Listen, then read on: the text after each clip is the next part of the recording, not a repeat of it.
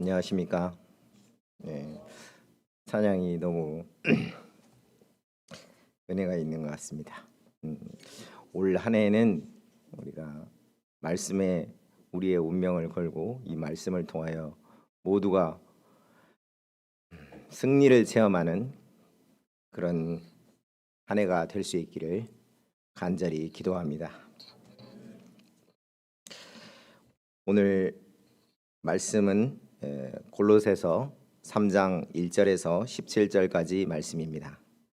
요절 말씀으로 3장 16절을 저와 여러분이 한 목소리로 읽고 시작하도록 하겠습니다. 시작. 그리스도의 말씀이 너희 속에 풍성히 거하여 모든 지혜로 피차 가르치며 권면하고 시와 찬송과 신령한 노래를 부르며 감사하는 마음으로 하나님을 찬양하고. 우리는 지난 1, 2강 말씀을 통해 예수 그리스도가 만물의 으뜸이 되시며 우리의 믿음을 흔들림 없이 지켜내기 위해서는 이 그리스도 안에 우리 믿음의 뿌리를 깊게 박고 세움을 받아야 함을 배웠습니다. 이것은 말씀의 교리로서 곧 그리스도가 모든 것의 주가 되신다는 그리스도론을 다루었다고 할 수 있겠습니다. 이후 3장과 4장은 말씀의 실천편으로 신자의 생활 원리, 즉 그리스도를 믿는 자들이 이 세상에서 구체적으로 어떻게 살아야 할 것인지를 제시해주고 있습니다. 우리는 여전히 코로나 시대를 살고 있습니다. 그러면서 2021년 신축년 새해를 맞이하게 되었습니다. 치료제가 나오기 시작하고 백신 접종이 이루어지고 있지만 변종 바이러스로 인해 여전히 불안한 심리를 감추기가 어렵고 모든 게 제한적이기만 한 이 코로나 시대, 우리는 어떻게 살아야 할까요? 도대체 어떻게 복음 역사를 섬겨야 할까요? 하나님께서 오늘 본문을 통해 우리 가운데 분명한 영적인 방향을 허락해 주시기를 기도합니다. 다 같이 1절을 보십시오. 그러므로 너희가 그리스도와 함께 다시 살리심을 받았으면 위의 것을 찾으라. 거기는 그리스도께서 하나님 우편에 앉아 계시느니라. 이 말씀은 2장 13절과 연결되어지는 말씀입니다. 또 범죄와 육체의 모할례로 죽었던 너희를 하나님이 그와 함께 살리시고 우리의 모든 죄를 사하시고. 에베소서 2장 1절 말씀처럼 우리는 이 세상에 태어날 때부터 허물과 죄로 인해 영적으로 죽은 상태였습니다. 죄 때문에 하나님과 분리되어 그분께 그 어떤 반응도 보일 수 없었습니다.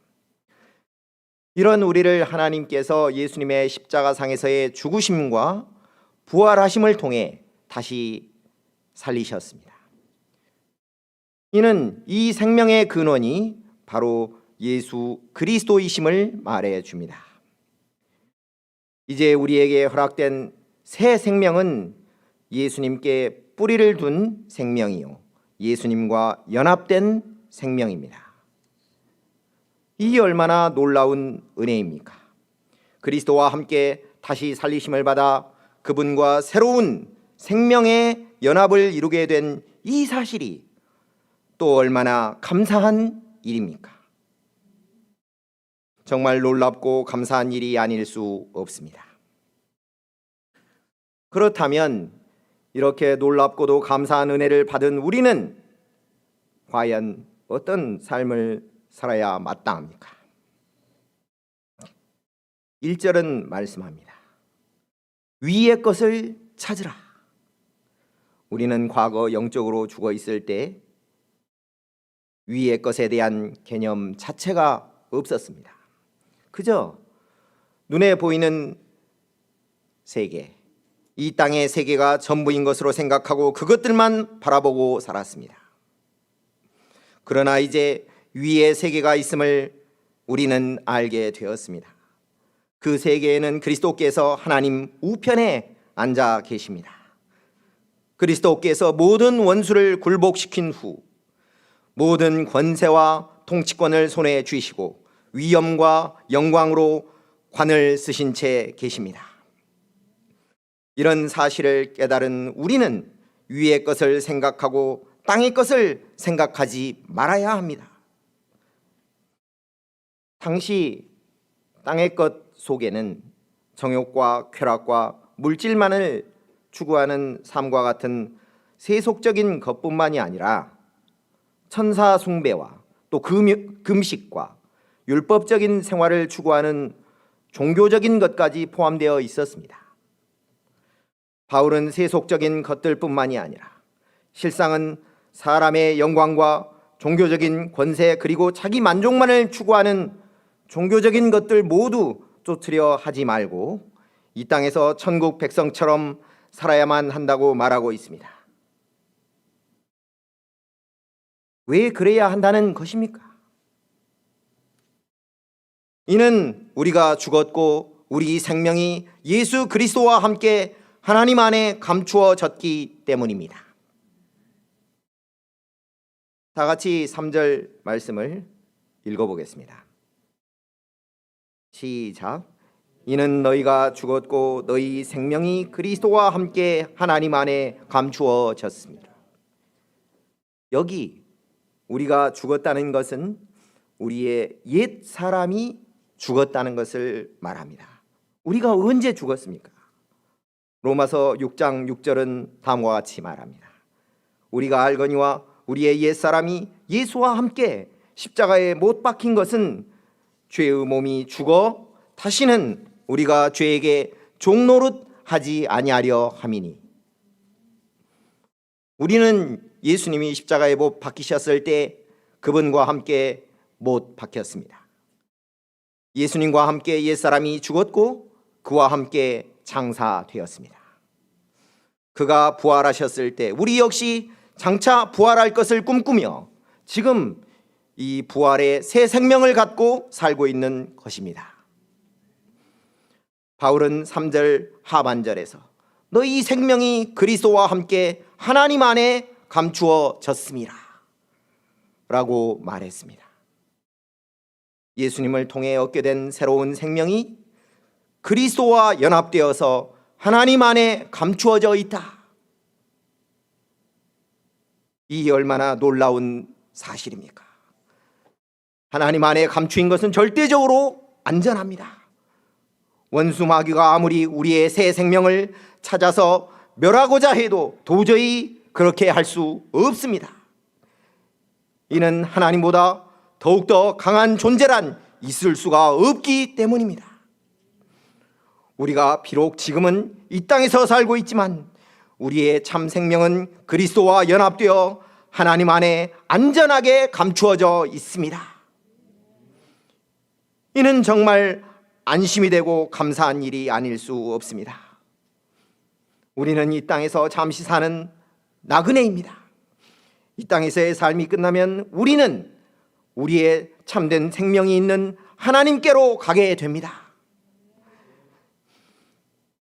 4절 말씀처럼 우리 생명이신 그리스도께서 나타나실 그때 우리도 그와 함께 영광 중에 나타나게 될 것입니다. 그때 우리의 그리스도를 닮는 과정이 마침내 완성이 되고 해와 같이 빛이 나는 존재로 변화가 될 것입니다. 이 시간 우리 모두가 이러한 소망 가운데 힘써 위의 것을 구하는 삶을 살 수 있기를 기도합니다.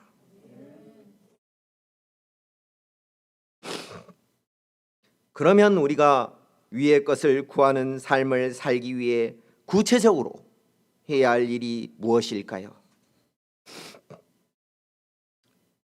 옛 사람을 벗어버리고 새 사람을 입어야 합니다. 5절 말씀을 다 같이 읽어보겠습니다. 시작. 그러므로 땅에 있는 지체를 죽이라. 곧 음란과 부정과 사욕과 악한 정욕과 탐심이니 탐심은 우상 숭배니라. 땅에 있는 지체란 아담의 본성을 가진 옛 사람을 의미합니다. 우리가 거듭나게 되었을 때 옛 사람은 그리스도와 함께 죽었지만 육체 가운데 사는 동안은 여전히 옛 사람의 습성을 가지고 있습니다. 우리는 육체 가운데 사는 동안 이러한 옛 사람의 습성을 지속적으로 죽이고 새 생명을 가진 자로서 그리스도의 형상을 본받기에 힘써야 합니다. 예전에 옛 사람이 살아있을 때에는 이런 일이 불가능했었습니다. 이는 옛 사람이 너무나 강했기 때문입니다. 그러나 이제 그리스도가 부활하셨기에 옛 사람은 과거처럼 그렇게 힘이 없습니다. 해서 우리가 이 사망 권세를 이기시고 부활하신 예수 그리스도를 의지하여 싸우면은 얼마든지 옛 사람의 습성을 죽일 수가 있습니다. 예수님을 의지하여 음란을 이길 수 있습니다. 부정과 악한 정욕과 더 가지려는 탐심 또한 이길 수가 있습니다. 5절에서 언급된 것들이 우리 마음에 자리 잡은 죄의 성질이라고 한다면 8절과 9절은 이러한 성질이 외적으로 표출됨으로 인해 나타나는 여러 가지 문제들을 언급하고 있습니다. 8절과 9절을 보십시오. 이제는 너희가 이 모든 것을 벗어버리라. 곧 분함과 노여움과 악의와 비방과 너희 입에 부끄러운 말이라. 너희가 서로 거짓말을 하지 말라. 옛사람과 그 행위를 벗어버리고. 분함이나 노여움, 비방은 사람을 살인하는 것과 같습니다. 우리는 이런 것들을 때가 잔뜩 낀 더러운 옷을 벗어버리듯 과감하게 내어 던져야 합니다. 또한 거짓말은 의도적으로 상대방을 속이는 것입니다. 거짓말은 불신사회의 보편적인 악한 덕목임에도 불구하고 심지어 신자들 간에서조차 이를 가볍게 여기는 경향이 있습니다. 그래서 신자들 중에도 사실을 과장해서 말을 한다거나 자신이 신자인 것을 떳떳하게 드러내는 것이 두려워서 마치 신자가 아닌 것처럼 말하고 행동하는 사람들이 있습니다. 이러한 것들이 바로 신자들이 하는 거짓말의 대표적인 예라고 할 수 있습니다. 하지만 거짓말은 거짓의 아비인 사탄에게로부터 나오는 것으로서 하나님께서 그 어떤 악보다 미워하시는 것입니다. 우리는 늘 이런 부패한 자신을 회개하며 거짓을 버리고자 해야 합니다. 그것이 그리스도로 인해 새 생명을 받게 된 새 사람을 입은 자의 마땅한 도리라고 할 수 있습니다. 이제 10절을 보십시오. 새 사람을 입었으니 이는 자기를 창조하신 이의 형상을 따라 지식에까지 새롭게 하심을 입은 자니라. 말씀처럼 정말 우리는 이제 새 사람을 입었습니다. 그리스도 안에서 새로운 피조물이 되었습니다. 무엇보다 우리를 창조하신 하나님의 형상을 따라 지식에까지 새롭게 하심을 입게 되었습니다. 지식에까지 새롭게 하심을 입었다. 이는 우리가 새 사람을 입게 됨으로 인해 하나님 안에서 그분을 알아가는 복을 받았다는 의미입니다. 정말이지 이것은 복 중에 복이라 아니할 수 없습니다. 요한복음 17장 3절에서는 하나님과 예수님을 아는 것이 영생이라고 했습니다. 하나님을 알아감에 따라 그분과 같은 신성한 성품을 가진 사람이 되며 그럼으로써 더욱 깊이 그분을 아는 지식을 갖게 됩니다. 더구나 이 지식은 어떤 사변적인, 그러니까 어떤 실제적인 경험에 의하지 않고 순수한 이성에 의해서 인식이 되고 설명되어지는 그러한 지식이 아닙니다. 우리 현실에서 실제로 능력이 발휘되는 생생하고 살아있는 지식입니다. 하나님은 새 생명을 얻은 우리의 지각을 여시사 이러한 살아있고 신령한 지식을 알게 하십니다. 또한 우리의 의지를 새롭게 하시어 하나님을 기쁘시게 하는 일들에 강하게 이끌리게 하십니다. 그래서 우리를 경건하고 또한 거룩하게 만들어 가십니다. 이를 통해 하나님의 형상을 회복시키시고 그리스도와의 완전한 연합을 이루어 성삼위 하나님의 복된 교제권 안에 들어오게 하십니다. 궁극적으로는 우리를 영원한 생명의 길로 인도해 주십니다. 바로 이것이 하나님이 우리를 창조하신 목적이며 또한 구원하신 목적입니다. 이러한 목적과 구원에는 헬라인이나 유대인이나 할례파나 무할례파나 야만인이나 스구디아인이나 종이나 자유인 그 어떤 누구에게도 차별함이 없습니다.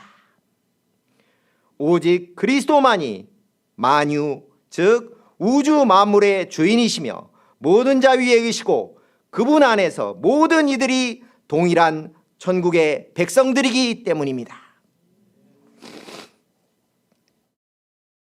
다 같이 12절 말씀을 읽어보겠습니다. 시작. 그러므로 너희는 하나님이 택하사 거룩하고 사랑받는 자처럼 긍휼과 자비와 겸손과 온유와 오래 참음을 옷 입고.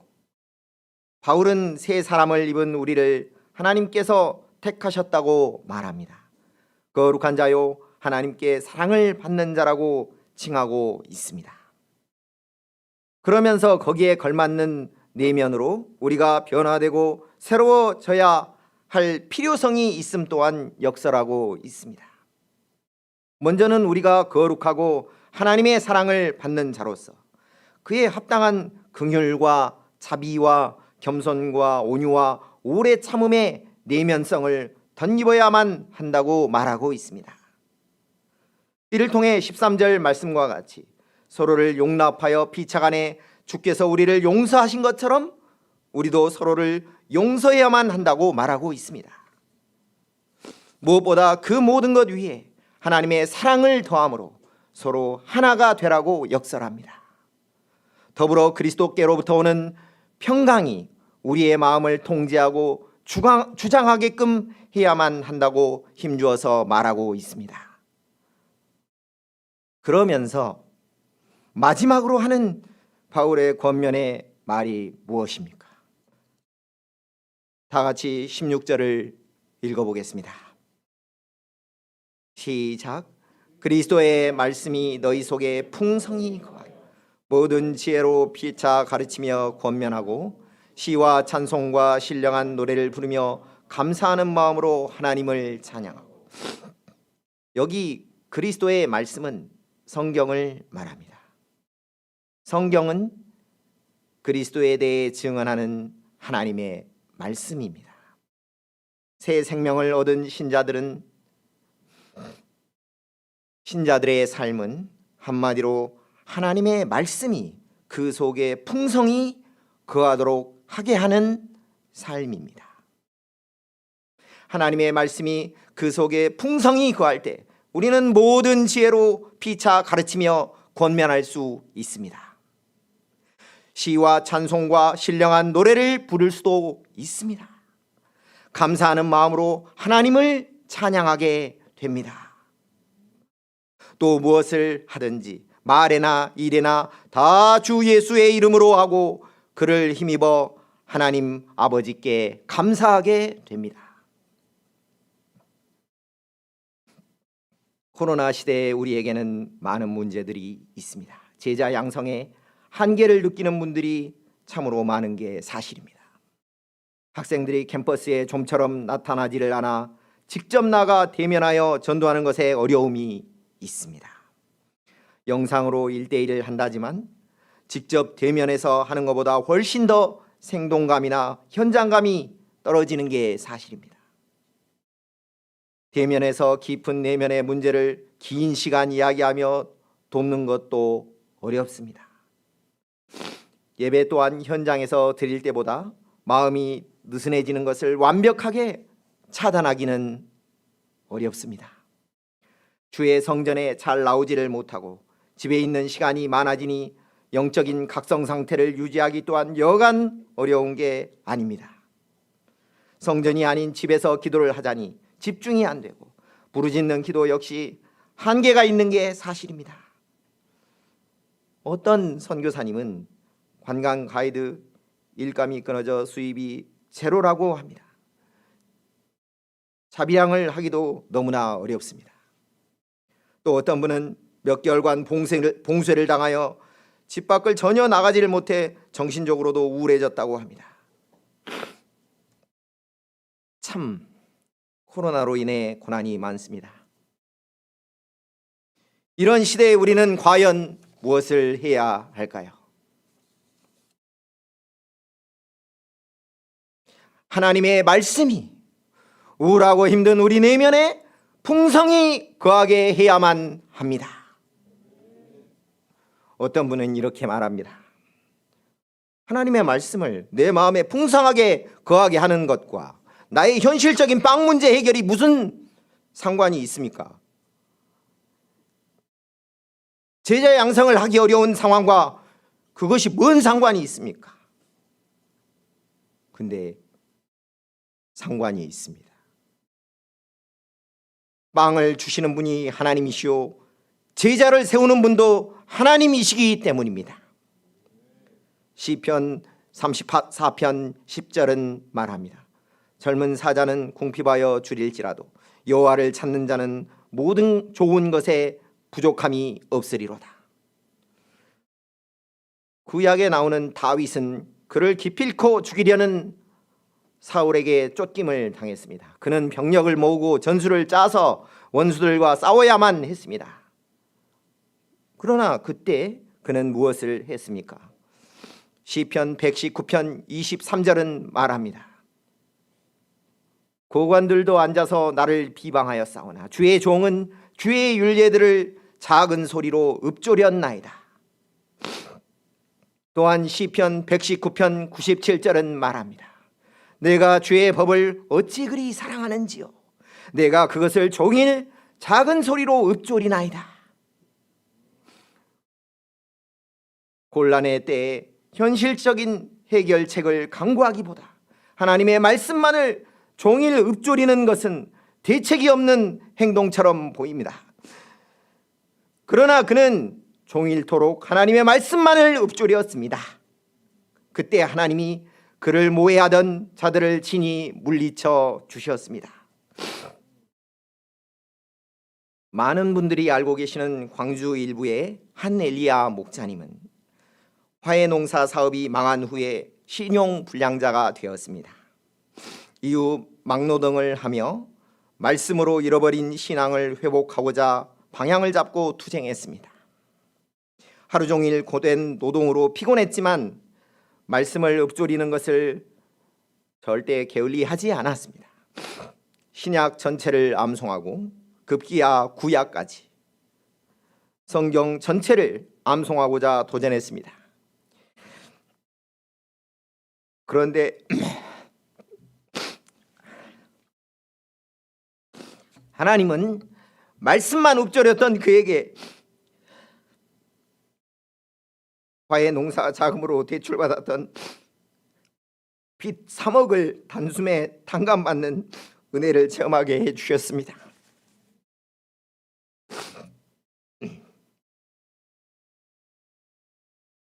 그리스도의 말씀이 풍성한 것은 성령의 충만함이라고도 할 수 있습니다. 에베소서 5장 18절은 말합니다. 술 취하지 말라. 이는 방탕한 것이니 오직 성령으로 충만을 받으라. 이어지는 19절과 20절의 성령 충만함의 결과로 나타나는 것들을 보십시오. 시와 찬송과 신령한 노래들로 서로 화답하며 너희의 마음으로 주께 노래하며 찬송하며 범사에 우리 주 예수 그리스도의 이름으로 항상 아버지 하나님께 감사하며. 여기에서 열거된 성령의 모든 열매는 본문 3장 16절에서 언급하는 모든 지혜로 가르치며 권면하고 시와 찬송의 노래를 부르고 마음으로 하나님을 찬양하고 감사하는 것과 거의 같습니다. 성령 충만은 말씀 충만입니다. 우리가 처한 상황은 각각 다르지만 우리 모두에게 필요한 것은 하나님의 말씀 충만, 곧 성령 충만입니다. 하나님의 말씀은 살아있어 운동력이 있습니다. 하나님의 말씀은 약동하는 힘이 있습니다. 좌우의 날선 어떤 것보다 예리합니다. 우리의 혼과 영과 및 관절과 골수를 찔러 쪼개기까지 하며 또 마음의 생각과 뜻을 판단합니다. 말씀은 우리의 모든 문제를 가장 완벽하게 파악해내고 우리 각자에게 가장 지혜로운 방향을 가르쳐 줍니다. 가르쳐 주실 뿐만이 아니라 말씀을 통하여 우리에게 능력을 주시고 모든 문제를 이기게 하십니다. 우리는 앞에 본문에서 여러 가지를 해야 된다라고 하는 것을 배웠습니다. 우리는 위의 것을 생각해야만 합니다. 땅에 있는 지체를 죽여야만 합니다. 악한 일을 제거해야 합니다. 서로 거짓말을 하지 말아야 합니다. 또 새 사람을 입어야 합니다. 서로를 감당하며 서로 사랑하고 그리스도의 평강이 우리 마음을 주장하게 해야만 한다고 배웠습니다. 그런데 솔직히 이런 모든 명령의 말씀들은 심히도 부담스러운 것이 사실입니다. 이는 우리가 이런 것들을 순전히 우리 힘만으로는 절대로 할 수 없기 때문입니다. 아는 것과 실제 행하는 것은 다르기 때문입니다. 그래서 그런 말씀을 하시는 하나님도 정말 부담스러워 하실 수 있습니다. 그런데 하나님은 우리에게 명령만 하시고 우리가 하지 못하면 심판만 하시는 그런 분이 결코 아니십니다. 하나님은 우리에게 명령하시고 또한 우리로 하여금 그 명령을 행하도록 만드십니다. 어떻게 만드실까요? 하나님은 당신의 말씀을 통해 우리가 행할 수 있는 능력을 부어주십니다. 성령께서 하나님의 말씀을 통해 우리 안에 역사하사 우리로 하여금 그의 계명을 지키도록 도우십니다. 그러므로 우리가 할 일은 하나님의 말씀을 우리 안에 풍성히 거하게 하는 것입니다. 머리로만이 아니라 마음으로, 무엇보다 우리의 영으로 말씀을 받아들이고 우리 속에 간직할 때 하나님께서 우리 마음 가운데 심겨진 그 말씀을 통해 우리를 친히 도우십니다. 우리로 하여금 하나님의 계명의 말씀을 순종하여 살아갈 수 있도록 소원과 능력을 충만하게 공급하여 주십니다. 말씀을 사랑하는 것은 곧 하나님을 사랑하는 것과 같습니다. 우리가 고난의 때에 변함없이, 아니 더욱 열정적으로 말씀을 사랑하고 그 말씀을 우리 속에 풍성하게 거하게 할 때 하나님이 우리의 현실적인 문제도 능히 도우실 것을 믿습니다. 아니 현실적인 어려움이 당장 나아지지는 않는다고 할지라도 우리 자신이 하나님의 말씀이 풍성한 사람이 되는 것이 얼마나 큰 은혜입니까? 진리의 말씀이 내면에 충만한 말씀의 사람이 되는 것은 하나님이 진정으로 기뻐하시는 사람이 되는 척도임을 굳게 믿습니다. 우리의 생각과 소원, 내면의 깊은 성향까지 하나님의 말씀에 의해서 통제를 받는 그런 사람이 바로 하나님의 사람입니다. 전염병이 창궐하는 기간 동안뿐만이 아니라 언제든 우리 마음에는 염려와 걱정과 두려움과 죄의 유혹이 역사하기 마련입니다. 그것들과 싸워서 우리 힘만으로 물리치고자 한다면 절대로 그것들을 이길 수 없습니다. 우린 그런 것들을 몰아내고자 애를 쓸 것이 아닙니다. 하나님의 말씀을 우리 속에 풍성하게 거하게 하는 일에 힘써야만 합니다. 내 안에 말씀이 풍성하게 거하면 세상적인 생각과 불신의 마음은 자연히 설 곳을 잃어버리게 됩니다. 떠밀려 나가게 됩니다. 이 시간 우리 모두가 시대가 어려울수록 더욱 하나님의 말씀을 사랑하여 내 안에 그분의 말씀이 풍성하게 거하도록 하기에 힘쓰는 자들이 될 수 있기를 기도합니다.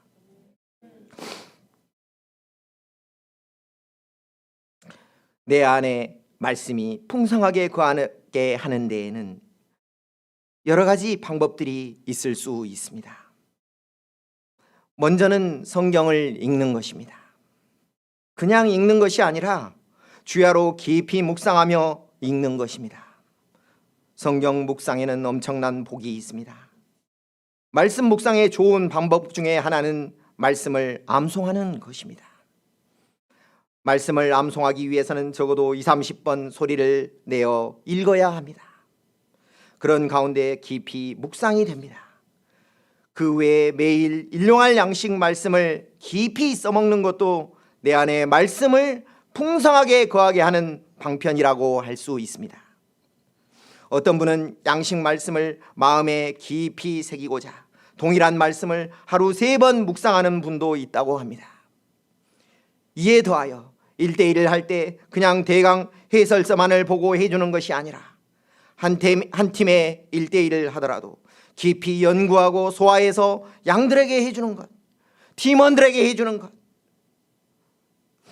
형식과 의무감 때문에 마지못해 하기보다 깊이 상고하며 해주고자 하는 것, 또 주 한편 소감을 깊이 있게 쓰는 것, 말씀을 묵상하며 필사하는 것 역시 우리 안에 말씀을 풍성하게 거하게 하는 방편 중에 하나라고 할 수 있습니다. 우리 주님은 누가복음 21장 33절 말씀에서 천지는 없어지겠으나 하나님의 말씀은 없어지지 않는다, 결단코 없어지지 않는다고 말씀하셨습니다. 이처럼 귀한 생명의 말씀, 우리가 먹고 마시고 그 가운데서 숨을 쉴 수 있기를 이 시간 기도합니다. 머리로만이 아니라 마음으로, 영으로 믿음을 결부하여 말씀을 받아서 말씀이 매 순간 우리를 변화시켜 나아갈 수 있도록 우리 자신을 말씀께 맡기기를 이 시간 간절히 기도합니다. 저는 올 한 해 성경 이독 방향을 잡고 도전했습니다. 더불어 지난해에 이어 올해 매일 일용할 양식을 깊이 써먹고자 했습니다. 처음에는 바쁜 직장 생활을 하면서 성경을 2번 읽고 양식까지 써먹는다는 것이 부담스럽다고 여겼지만은 습관처럼 하다 보니 어느새 고지에 다다르게 되었습니다. 무엇보다 말씀으로 하루를 시작하고 그 말씀이 제 안에 거하여 실제 역사함을 체험할 수 있어 좋았습니다. 이전에는 정신질환자들과 면담을 연거푸 하고 나면 아주 피곤하고 지쳐서 나가 떨어지기 일쑤였는데 하나님의 말씀을 매일 아침 가장 먼저 묵상하고 말씀으로 하루를 시작하니 연이어 면담을 하거나 특히 청력이 떨어진 치매 환자들과 면담을 해도 좀처럼 지치질 않게 되었습니다.